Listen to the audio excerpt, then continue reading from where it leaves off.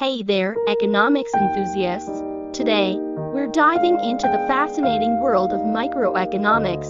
Microeconomics is all about understanding how individual choices and decisions impact the overall economy. Imagine you're standing at the crossroads of supply and demand. Every day, you make choices about what to buy, where to work, and how to spend your money. These decisions, combined with the choices of millions of other individuals, shape the economy. Microeconomics helps us understand how prices, wages, and production levels are determined. It's a complex web of interactions that can be both exciting and challenging to unravel.